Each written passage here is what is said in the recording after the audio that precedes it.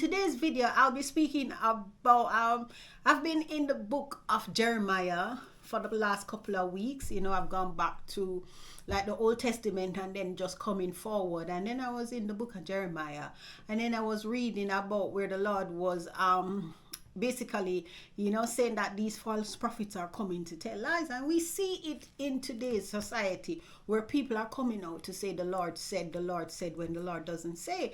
But let them be weary of saying that, because they don't know the type of judgment that they're basically just storing upon themselves for coming to say the Lord says when he doesn't say. So I was just there, and you know, Jeremiah speaks about a lot about false prophecies, etc.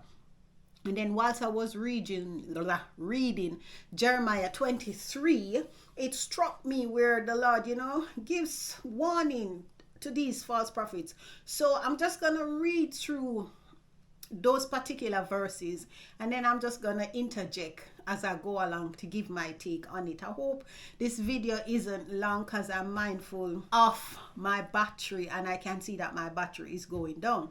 So it is taken from Jeremiah 23, and I'm gonna start from verse 16.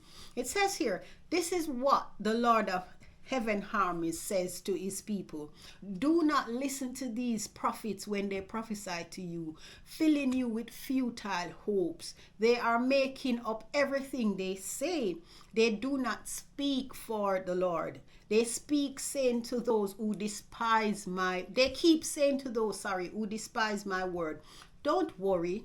The Lord says you will have peace." Of course, you know, back then it was Jeremiah when he was prophesying about the destruction of Jerusalem, but you had those people coming in and saying, no, it's not gonna be destroyed, it's gonna have peace. But the Lord was saying that, listen, don't listen to them, because they're coming and telling lies that you're gonna have peace.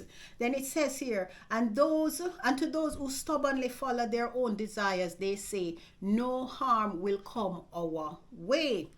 Have any of these prophets been in the Lord's presence to hear what he is really saying?